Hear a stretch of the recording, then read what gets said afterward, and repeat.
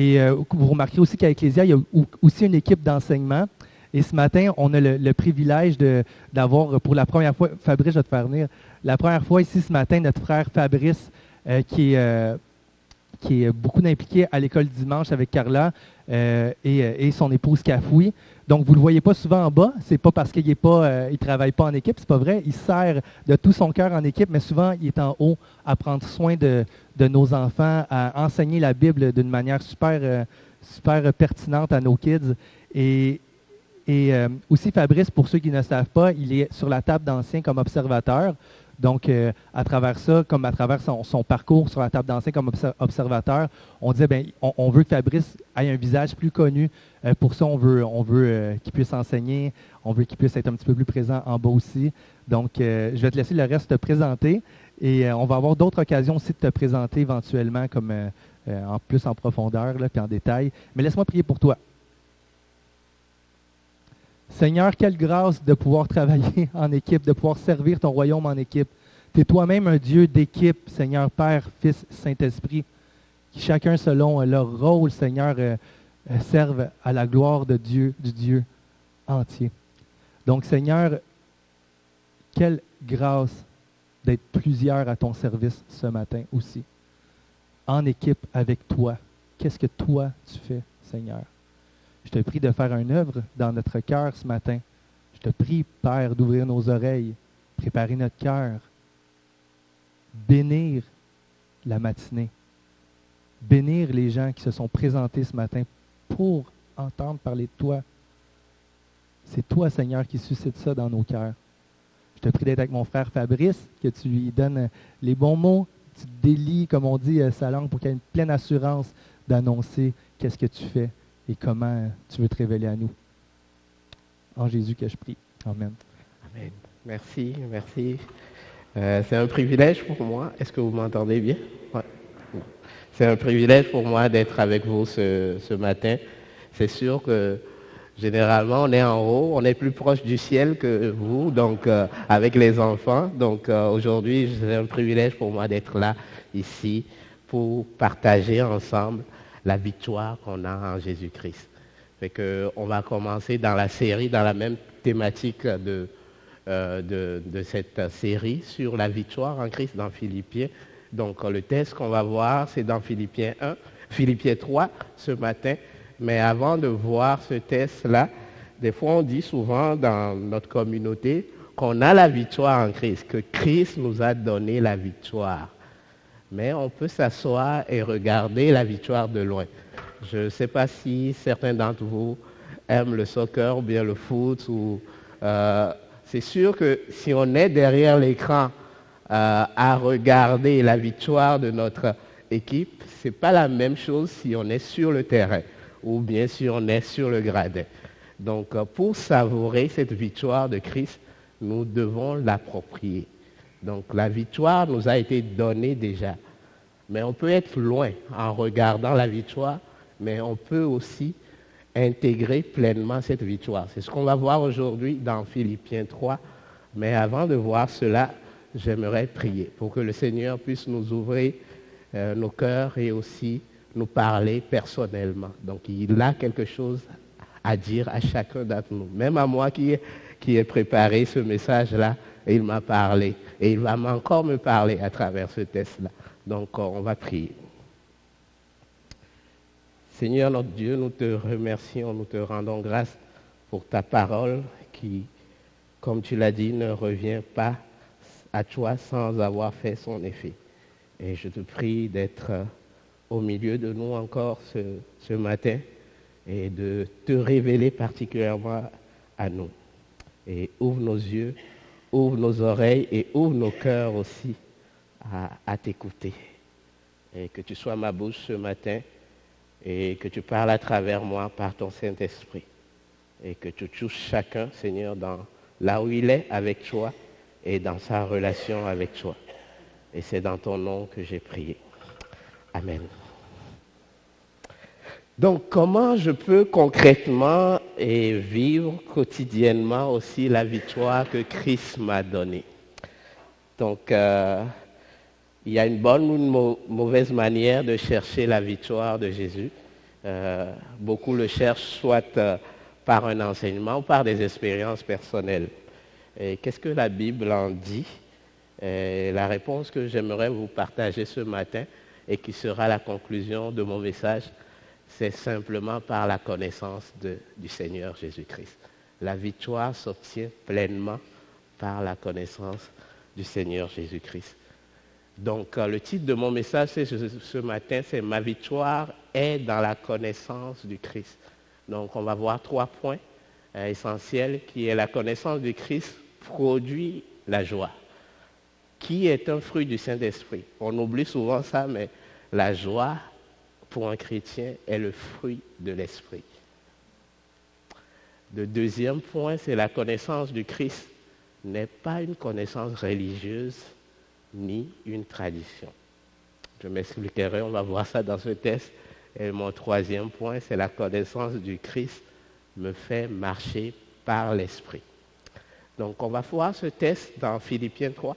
Je vous invite à aller directement si vous avez votre Bible, mais je l'ai mis, mais c'est du petit caractère, mais je vous invite à aller dans Philippiens 3. Je vais le lire et on va écouter ensemble aussi. Vous pouvez aussi le lire à travers votre Bible. Maintenant, donc, mes frères et mes sœurs, réjouissez-vous dans le Seigneur. Je n'hésite pas de vous écrire les mêmes choses et cela contribue à votre sécurité. Faites attention aux chiens. Faites attention aux mauvais ouvriers. Faites attention aux faux circoncis. En effet, les vrais circoncis, c'est nous qui rendons notre culte à Dieu par l'Esprit de Dieu, qui plaçons notre fierté en Jésus-Christ et qui ne mettons pas notre confiance dans notre condition. Pourtant, moi-même, je pourrais mettre ma confiance dans ma condition. Si quelqu'un croit pouvoir se confier dans sa condition, je le peux. Plus encore, j'ai été circoncis le 8e jour. Je suis issu du peuple d'Israël, de la tribu de Benjamin, hébreu né hébreu. En ce qui concerne la loi, j'étais pharisien. Du point de vue du zèle, j'étais persécuteur de l'Église par rapport à la justice de la loi et j'étais irréprochable. Mais ces qualités qui étaient pour moi des gains, je les ai regardées comme une perte à cause de Christ. Et je le considère même tout comme une perte à cause du bien suprême qu'est la connaissance de Jésus-Christ, mon Seigneur. À cause de lui, je me suis laissé dépouiller de tout et je considère tout cela comme des ordures afin de gagner Christ et d'être trouvé en lui, non en ma justice, celle qui vient de la loi, mais celle qui s'obtient par la foi en Jésus-Christ. La justice qui vient de Dieu, qui est fondée sur la foi. Ainsi, je connaîtrai la puissance et sa résurrection et la communion à ses souffrances en devenant conforme à lui dans sa mort pour parvenir d'une manière ou d'une autre à la résurrection des morts. Mais que ce texte, quand je l'ai lu, je le lis toujours et me façonne comment Paul écrit, ouvre son cœur aux chrétiens de Philippe.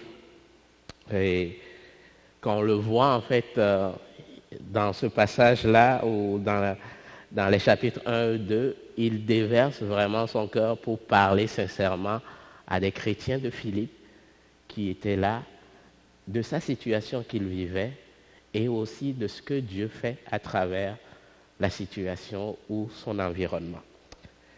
Fait que le premier, en fait, thème qu'on va voir, on va aller verset par verset, comme je le fais avec mes étudiants au groupe biblique universitaire. Observons le texte, interprétons et appliquons-le.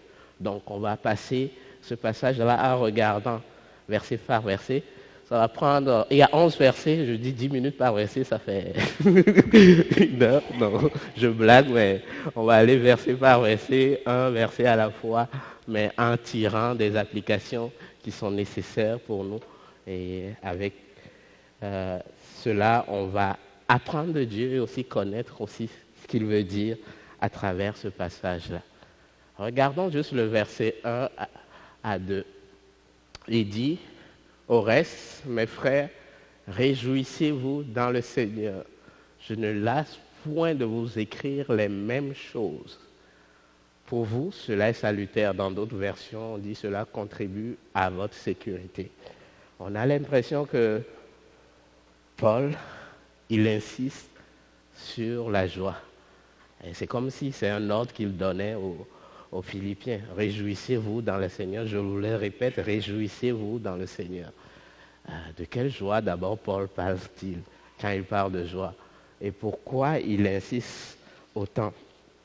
Moi, dans ce passage-là, je me souviens quand David présentait le message et introduisait le passage des Philippiens, il disait, il y a un mot qui m'est vraiment resté en tête. David disait qu'on pouvait se réjouir même dans la souffrance.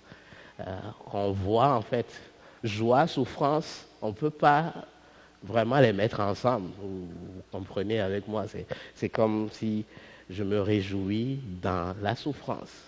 Mais c'est ce qui est vraiment ici. On voit dans ce texte-là que Paul était en prison. Donc la première chose, c'est que on parle de la prison, ce n'est pas des prisons 5 étoiles qu'on a ici, non, c'est vraiment un égout. Je ne sais pas si vous avez le privilège de visiter les lieux de Paul. Bon, moi je l'ai vu sur des reportages, on voyait que c'est vraiment un genre d'égout qui pue et qui vraiment n'est pas facile à vivre. C'est la prison dont Paul était, on le voit au verset 1 à 7, aussi dans Philippiens 1. Au verset 12 aussi, il parle de sa condition. Et de plus aussi, son ami Épaphrodite était malade et il était tout près de la mort dans Philippiens 2. Et il n'y a presque personne à part lui qui porte à cœur ce ministère-là d'évangélisation dans cette région. Et aussi, il y a des gens dans le ministère qui cherchaient simplement leur intérêt. Quand on voit dans Philippiens 1, 2, c'est ce qui se passe. Au regard de tout cela, au regard de la situation de Paul, on peut se poser la question, est-ce que cette situation ou bien ce contexte-là que Paul vit peut procurer la joie? Je suis tout seul en prison, mon ami Épaphrodite que j'aime est tout près de la mort, il y a presque personne qui m'aident dans le ministère. Et il y a des gens même dans le ministère qui cherchent juste leur intérêt. Je ne pense pas que pour vous, ça peut créer un sentiment de joie si vous vivez ces conditions-là que je viens de citer. Donc peut-être ça peut causer de l'anxiété, de la peur, du découragement. On peut citer les sentiments négatifs que possible. Donc, on voit dans la condition de Paul que ce n'était pas une condition facile. Mais il écrit, réjouissez-vous dans le Seigneur. Pourquoi il écrit cela? C'est la question qu'on peut se poser. Paul, tu es en prison, ton ami est malade, près de la mort, et il n'y a personne qui porte à cœur ton ministère. Pourquoi tu nous demandes de nous réjouir? Donc les Philippiens peuvent se poser cette question-là. Pourquoi, dans cette condition-là que tu nous as partagée, tu nous demandes de nous réjouir? Mais si on regarde bien aussi dans le contexte, dans Philippiens 1 et 2, on voit que Paul a décidé de regarder plutôt ce que Dieu fait. il a une perspective divine de sa situation. Et qu'on le voit aussi dans Philippiens 1, il leur écrit, je veux que vous sachiez, mes frères, ce qui m'est arrivé, c'est-à-dire ma condition d'être prisonnier, a plutôt contribué au progrès de l'Évangile. C'est-à-dire l'Évangile avance. Même que je suis en prison, mais Dieu n'est pas en prison. Il est en train de travailler. Et deuxième chose aussi, pour ceux qui, en fait, prêchaient l'Évangile pour leur intérêt, il répond, qu'importe. De toute manière, que ce soit par l'apparence, que ce soit sincèrement, Christ n'est pas moins annoncé. Et je m'en réjouis, je m'en réjouirai encore. Excusez-moi. C'est que Paul, dans sa condition, regarde, a une perspective divine de ce que Dieu fait. C'est pour ça qu'il invite les Philippiens à se réjouir. Souvent, ce n'est pas facile de dire, je regarde la situation dans laquelle je suis, mais la situation est dramatique, mais quand même, je regarde plutôt vers ce que le Seigneur fait à travers la situation. Et ça, c'est une différence entre nous, les chrétiens, et ceux qui sont dans le monde. Donc, la joie de Paul, que Paul décrit ici, c'est pas une joie humaine, à proprement parlant, mais c'est une joie spirituelle. Paul a décidé de voir sa situation à travers les lunettes de Christ. C'est-à-dire avoir une perspective divine de la situation. Il a voulu voir ce que Dieu fait et ce qu'il est. Donc, comme je l'ai dit, c'est souvent difficile. Donc, la joie décrite par Paul ici n'est pas une joie humaine, mais c'est plutôt une joie spirituelle et éternelle. C'est un fruit de l'esprit. Donc, on le voit dans Galates 5, il nous dit, mais le fruit de l'esprit, c'est l'amour, la joie, la paix, la patience, la bonté, la magnanimité et j'en passe. Fait que la joie pour un chrétien n'est pas une joie terrestre, mais une joie qui est donnée par l'esprit que Dieu a scellé en nous. Et si nous regardons à cela, ça change tout. Ça change notre perspective. Et c'est souvent pas facile quand on vous dit Dieu nous a créés aussi avec des émotions et aussi avec les raisonnements. Qu'on voit la situation, qu'on voit les choses qui se passent et qui sont difficiles, comment on peut se réjouir? Comment concrètement je peux me réjouir dans le Seigneur? Si je vous dis, quand Paul le dit, en fait, c'est de regarder les situations à travers les lunettes de Dieu. Ce n'est plus, la joie pour nous, ce n'est plus un état d'âme, mais plutôt un état d'esprit. Donc l'état d'âme, c'est le sentiment, mais ça devient pour un chrétien un état d'esprit. C'est quand l'on décide de regarder, de voir les situations à travers les lentilles de Dieu. Et là, la joie devient notre état d'âme. Au lieu de voir les situations par nos 5 sens. Donc, dans cette perspective-là, notre sentiment, comme je l'ai dit, peut nous mentir. On dit souvent le sentiment. On peut faire l'analogie que ce que je sens peut mentir avec le sentiment. Que ce n'est pas un déni de la réalité. Je peux voir les choses concrètement, je peux sentir mon émotion, voir la situation ne va pas. Mais ce n'est pas ça la vérité. Je peux décider de regarder qu'est-ce que Dieu fait à travers la situation. Donc ça, c'est une perspective qu'on appelle une perspective divine. Ce n'est pas une perspective réelle. Dans la société, on nous apprend à écouter nos cœurs, notre sentiment, à écouter aussi notre raison. C'est ce que la société nous apprend. Mais nous, en tant que chrétiens, on a une autre chose à partager. C'est notre foi en Jésus-Christ. Et ça, les gens du dehors ne l'ont pas. Et cette perspective de ce que Dieu est et de ce qu'il fait peut changer toutes les situations, peut changer notre regard par rapport à une situation. Dieu nous appelle à voir ce qu'il voit. Nous, on a les yeux fixés sur la situation, on n'a pas un regard large pour voir qu'est-ce que Dieu fait à travers la situation. Souvent, on est fixé sur nos bobos, ça ne va pas bien, c'est sûr que ça fait mal. Mais prenons juste un recul, un pas en arrière, pour juste dire qu'est-ce que Dieu fait à travers ça. C'est pas facile, je vous dis, surtout, mais comment je peux voir Dieu à travers la situation? Comment je peux voir Dieu concrètement à travers nos situations que nous vivons? C'est simplement par ma connaissance avec Christ. Quelle connaissance j'ai de Christ? Si je connais qui il est et ce qu'il fait, ça change tout.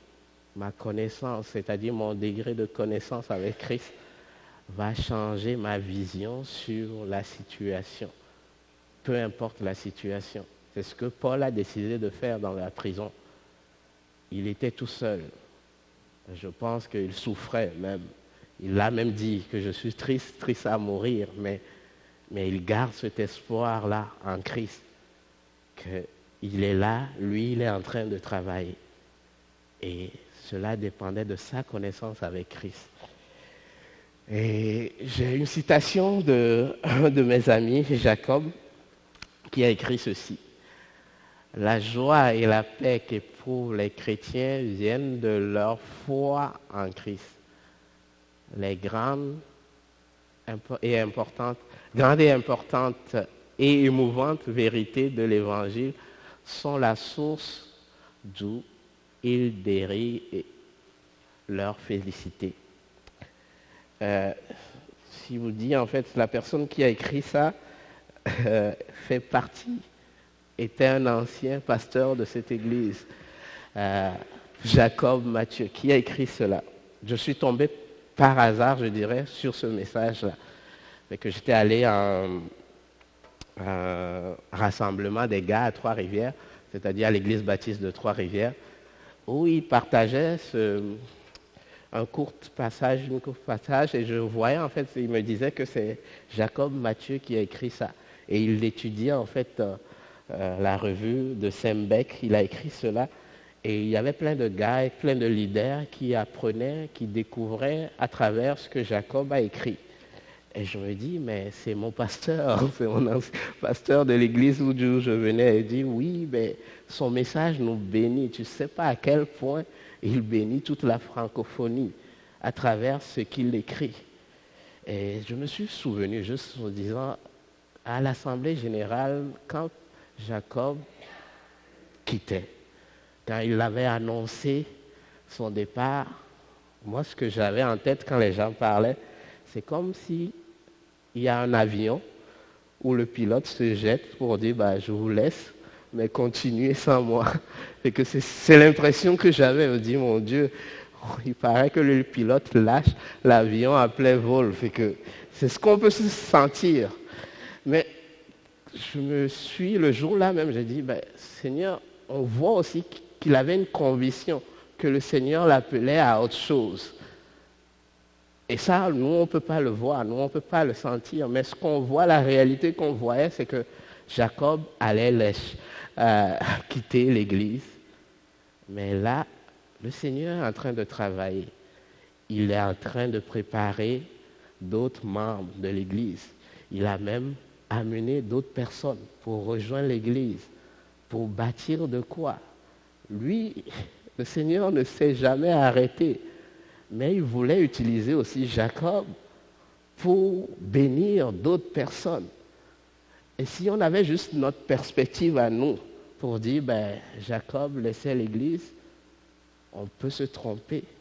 Et là, Dieu m'a montré qu'il était en train de travailler et qu'il utilise Jacob pour bénir d'autres ministères à travers la francophonie. Et on peut se réjouir de ça. Parce que ce que Dieu fait, des fois, nous, on le voit, On peut se sentir, c'est difficile, c'est incompréhensible qu'on le voit avec nos raisons, avec nos sentiments, mais Dieu n'a jamais cessé de travailler. Dieu est à l'œuvre. Et c'est pour ça que Paul nous invite à nous réjouir, parce que lui n'a jamais cessé de travailler. Et cela, comme je le dis, dépend de votre connaissance, de notre relation avec le Seigneur. Sinon, on va juste regarder nos sentiments, on va voir par le raisonnement, juste voir ce que nous ressentons, mais pas regarder ce que Dieu fait à travers les situations. Et cela prend la foi. Comme Paul le dit, or la foi est une ferme assurance des choses qu'on espère et une démonstration de celles qu'on ne voit pas. Donc, ça ne dépend pas de ce que je vois ou bien ce que je ressens, mais ce que Dieu est et de ce qu'il fait. Je vais vous partager juste mon simple témoignage. Je me souviens un jour, ma femme et moi, on s'est mariés il y a de cela 7 ans, là, ça fait 7 ans qu'on vit ensemble. Et 6 mois après notre mariage, moi j'étais parti en Afrique, je faisais mon doctorat ici. J'étais parti en Afrique pour me marier à la fin de mon doctorat. Et 6 mois après, moi j'étais rentré au Canada.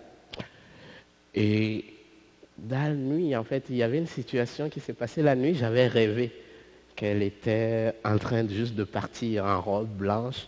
Et moi, j'étais habillé en noir et quelqu'un qui me consolait. Et je me suis réveillé tout triste.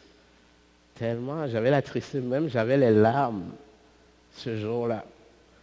Mais quelque chose m'a dit juste de me lever, de prier. J'ai juste prié. Et il y avait 2 versets que le Seigneur m'avait mis à cœur ce jour-là. Je vous le partage. C'est dans Psaume 43 et 5 qui dit « Pourquoi t'as battu mon âme et gémis-tu en dedans de moi? Espère en Dieu, car je le louerai et je le louerai encore. Il est mon salut et mon Dieu. » Et le 2e verset, c'était dans Lamentation 3, 22, je pense que vous le connaissez. « Les bontés de l'Éternel ne sont pas épuisées. Ses compassions ne sont pas à leur terme. Elles se renouvellent chaque matin. Oh, que ta fidélité est grande. L'Éternel est mon partage. Dis mon âme, c'est pourquoi je veux espérer en lui. » Moi, je ne savais pas ce qui se passait, mais ma femme avait eu, on ne savait pas d'où ça venait, une rupture d'anévrisme au cerveau. Donc, elle était tombée dans sa salle de bain, moi j'étais là. Et le matin, quand je me suis réveillé, j'avais éteint mon téléphone, je l'ai ouvert, je voyais les messages qui rentraient. Et là, je comprenais que Dieu m'avait parlé et me fortifiait. Et ça vraiment, en fait, ces moments, pas les premiers jours qui ont suivi cet événement-là, parce que les informations rentraient. À chaque jour, c'est des informations négatives qui rentraient. Mais le jour-là, j'ai décidé de dire, le Seigneur m'a parlé et m'a dit de me réjouir en lui, vraiment d'espérer en lui.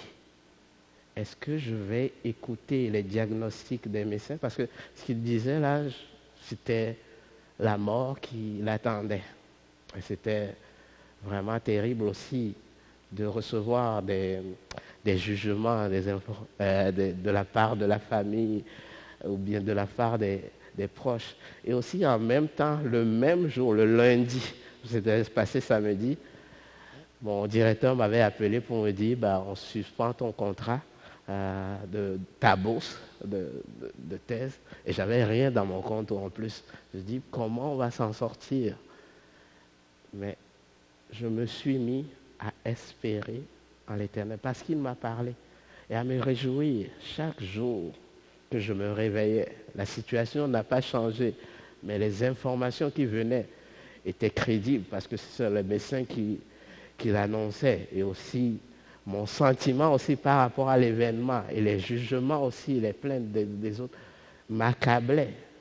Mais j'ai décidé de me réfugier dans le Seigneur, de trouver ma joie en lui.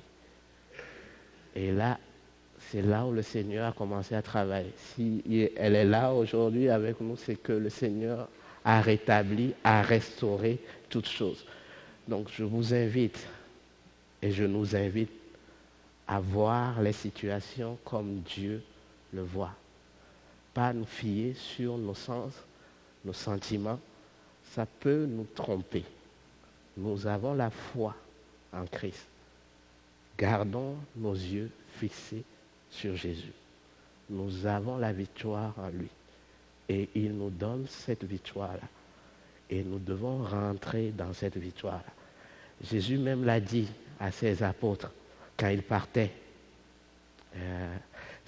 Quand vous lisez Jean 14, Jean 15, 16, vous voyez comment Jésus ouvrait son cœur aussi à ses apôtres.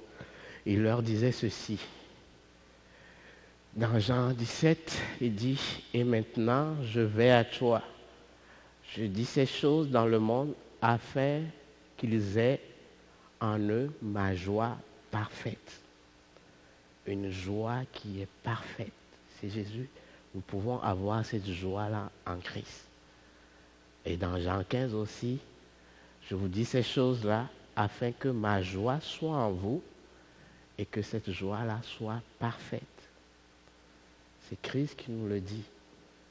Il a mis sa joie en nous. Et son désir et son souhait, c'est que cette joie-là soit parfaite. Et dans Jean aussi, quand il était rendu vieux aussi, il parlait à ses enfants. Dans 1 Jean, on le voit, et il dit, et nous écrivons ces choses afin que notre joie soit parfaite. Demeurons dans cette joie. Vous avez, chacun d'entre nous, a cette joie-là en lui. Celui qui a accepté Christ dans sa vie et qui a mis sa confiance en lui, a cette joie-là en lui. Demeurons dans cette joie et soyons connectés à lui. Et cela prend nécessairement de le connaître réellement qui il est et ce qu'il fait. Et cela m'amène au deuxième point, c'est quoi la connaissance du Christ? Est-ce que c'est une connaissance religieuse ou de tradition? Paul en parle au verset 2 à 3. Il dit, faites attention aux chiens, faites attention aux mauvais ouvriers, faites attention aux faux circoncis.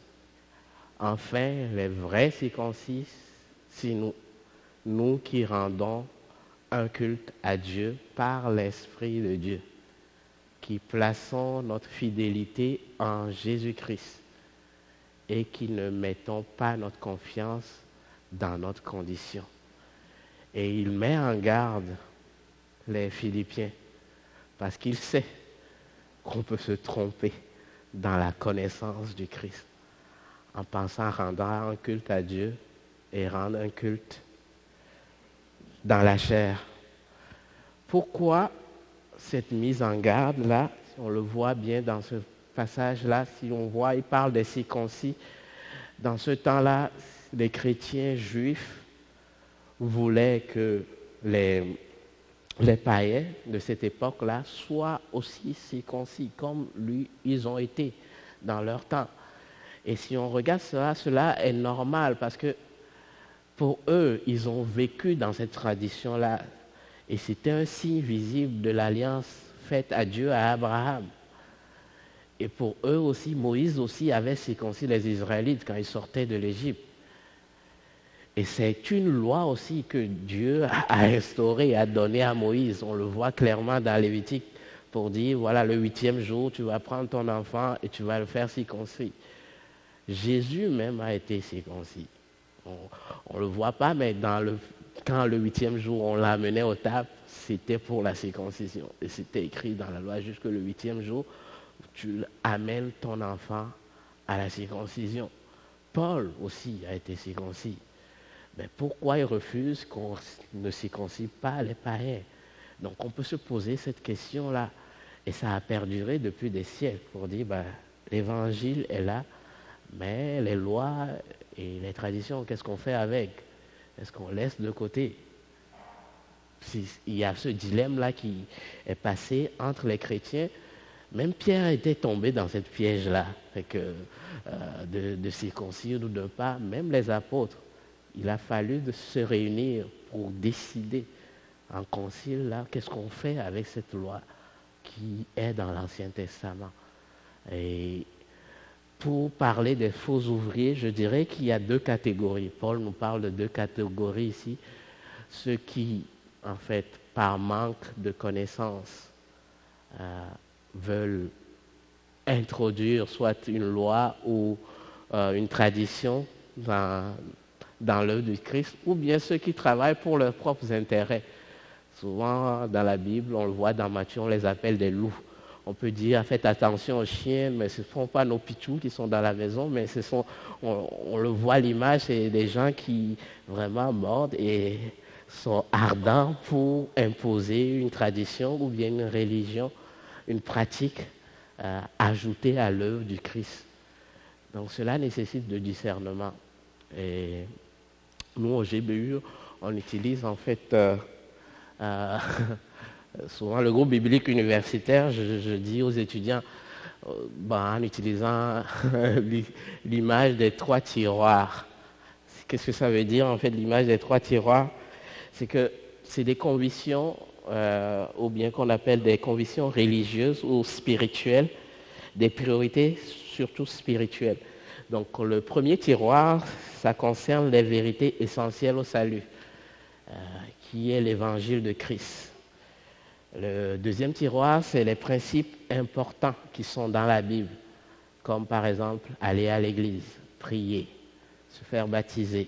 Donc c'est des principes, respecter le sabbat, on peut ajouter d'autres choses qui sont bibliques et qui sont dans la Bible, donc, mais qui n'ont pas une relation avec le salut offert par Christ. Et le troisième tiroir, c'est le tiroir qui contient nos convictions personnelles. C'est-à-dire Christ vous a parlé, nos choix aussi, aller dans telle église ou autre, lire telle version de la Bible ou autre, donc, ou bien respecter le sabbat le dimanche ou samedi. Donc, il y a ces convictions-là personnelles. Donc, ces 3 tiroirs-là, qu'est-ce qui arrive souvent? Les difficultés, ça commence quand on prend les convictions d'un tiroir pour le mettre dans l'autre tiroir. Par exemple, je donne un exemple. Je vais ouvrir la boîte de Pandore. Par exemple, certaines églises disent qu'il faut parler en langue pour avoir le salut, ou bien pour savoir que tu es sauvé, il faudrait parler en langue. Ça veut dire que tu as l'Esprit Saint. Donc, ils viennent mettre le deuxième tiroir, les convictions du deuxième tiroir, dans le premier tiroir. Ou d'autres disent, pour avoir le salut, tu dois être baptisé. Donc, je prends le deuxième tiroir, les affaires du deuxième tiroir, je le rends au premier tiroir. Ou bien, pour être baptisé, ou bien pour avoir le salut, il faudrait, par exemple, je ne sais pas, il y a des exemples, des églises, mais je ne veux pas parler d'églises où je ne veux pas faire du mal à nos frères et sœurs chrétiens aussi à travers le monde. Mais je prends l'église simplement de l'église catholique dans son canon au concile en 1547 a écrit: si quelqu'un dit que le pécheur est sauvé par la foi seul, qu'il soit anathème. Et c'est dans le concile de l'église catholique. Si quelqu'un dit qu'il est sauvé par la foi seul, qu'il soit anathème. Donc ils viennent de prendre des choses du deuxième tiroir, le mettre dans le premier tiroir. Et souvent on fait généralement ça. On ajoute des convictions, soit issues de la Bible, qui sont vraies, des vérités, pour l'ajouter au salut. Et c'est ce que les juifs chrétiens ont fait de cette époque. Ils ont pris les convictions bibliques, qui sont bibliques. La circoncision, elle est biblique. Ils l'ont pris et ils l'ont ajouté au tiroir numéro 1 qui est salut. Vous avez besoin de ça pour être sauvé, en plus du Christ. Souvent, généralement, l'Église, malheureusement, utilise surtout les choses du deuxième tiroir pour le mettre au premier tiroir. Et ils font du mal. Et là où il y a des abus dans les églises, pour dire, voilà, il faudrait que vous veniez, que vous priez, il faudrait aussi que vous lisiez la Bible chaque jour parce que ça démontre votre salut. Généralement, c'est ce qu'on fait, malheureusement, dans les églises. Et on peut parler des églises catholiques, mais ça existe dans les églises évangéliques aussi. Donc, personne n'est épargné. Et c'est ce qui arrive. Et Paul les avertit, faites attention à ces chiens-là qui prennent des convictions, soit personnelles, les convictions religieuses ou traditionnelles, pour l'ajouter au salut. Et comment discerner? Et il faut avoir en fait la connaissance du Christ pour discerner ce qui vient de lui et ce qui ne vient pas de lui. On a vu l'Église, généralement, pendant la pandémie, c'est ce qui s'est passé. Donc les gens ont pris leur conviction personnelle, c'est-à-dire le tiroir 3. Le Seigneur vous a parlé de ne pas vous vacciner, de ne pas vacciner. Ils ont mis dans le tiroir 2, c'est-à-dire les convictions bibliques. Ils ont pris les versets de la Bible pour l'ajouter. Et ça a créé beaucoup de divisions dans les églises, beaucoup de divisions dans les familles, pour ajouter nos convictions personnelles. Si Dieu me parle de ne pas me vacciner, je ne le fais pas. Si Dieu me parle d'être vacciné, vous le faites. Mais ne le mettez pas dans le tiroir 2. C'est-à-dire en appuyant avec des versets bibliques, en confrontant les gens avec ça. Et ça crée la division. Et Paul lui dit, moi je veux prêcher le tiroir 1. Christ, Christ seul. Parce que si vous prêchez Christ, Christ seul, qu'est-ce que ça fait? Dieu, à travers Christ, nous fait accomplir les œuvres déjà qu'il a accomplies. Aller à l'église, prier. Si j'en fais une règle dans ma communauté pour l'imposer, les gens risquent de fuir. Et ils seront simplement religieux. Et ils n'auront pas cette connaissance de Christ. C'est pour ça que c'est important de rester dans le tiroir 1, de connaître Christ, de le chercher, de le connaître davantage, afin de goûter à l'œuvre qu'il a préparée d'avance pour nous. Et souvent, on l'oublie. Même, je parle aux familles. Il y a un ami même qui m'a parlé récemment pour l'école de dimanche, là, pour les parents. Il me disait, tu sais, entre-temps, j'ai imposé, c'est-à-dire j'ai utilisé le tiroir 2 pour l'imposer dans ma famille. Les enfants doivent se réveiller, lire la Bible. On doit prier ensemble. Et on doit aller à l'église. On doit faire les choses. On a coupé même dans notre maison la télévision. On a enlevé tout ce qui est du monde. Mais arrivé à un instant, c'est-à-dire à l'adolescence, ils ont tout jeté, tout lâché de côté. Et poursuivre le monde. Et je dis, je lui ai simplement dit, je veux prier pour toi. Dieu est capable de les ramener. Et il a continué, il m'a dit, tu sais, ce que j'ai compris et ce que je ne veux plus refaire, c'est que j'ai juste appris des valeurs chrétiennes à mes enfants. Et je ne leur ai pas montré Christ. Et il m'a dit qu'il regrette ça, mais il prie. Je dis, on va prier. Et souvent, on le fait sans le savoir, imposer des valeurs chrétiennes à nos enfants, sans leur montrer Christ. Et Dieu m'a mis à cœur aussi à créer une association qui s'appelle Enfants pour Christ, pour vraiment outiller les parents à vraiment montrer Christ. Le reste, là, je ne vous dis pas d'imposer des règles religieuses ou bien des valeurs chrétiennes à vos enfants, mais à leur montrer Christ. Et Christ va faire son œuvre en eux et va les transformer. Et c'est ça qui est l'essentiel. La priorité des priorités, c'est le tiroir 1. Christ, Christ seul. Le reste découlera de ce que Christ va faire. Souvent, on se bagarre entre l'Église, le baptême, les choses comme ça. Souvent, c'est pas ça la priorité. C'est important. Je ne dis pas que c'est important. Ce n'est pas important, mais c'est important. Mais la priorité, c'est Christ seul. Et c'est ce que Paul nous dit, faites attention à ces faux circoncis-là. Parce que Paul lui-même l'a fait, il le dit. Pourtant, moi-même, je pourrais me glorifier. J'ai été dans ma condition. Si quelqu'un peut le faire, c'est moi. Ben, il parle des religieux. J'ai été circoncis. Je suis issu d'un peuple d'Israël. J'étais pharisien. On parle des pharisiens, là, ce sont des gens qui lisaient leur Bible, priaient et jeûnaient. Ils étaient vraiment zélés pour la Bible. Bon, je dis la Bible, mais la Torah, pour la loi chrétienne. Fait que ils étaient zélés. Paul, lui, dit, il a fait ça. Mais il a lâché tout afin de suivre Christ et de marcher par l'esprit.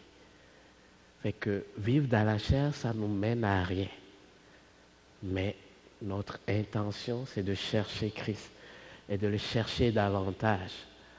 Donc, n'accomplissons pas les choses par notre propre chair, mais laissons Dieu travailler en nous. Et comment marcher par l'esprit? C'est juste laisser l'esprit de Dieu vivre en nous et nous conduire, être en communion avec lui. Je vous laisse avec ce verset. Je vais inviter l'équipe de louange par ce verset.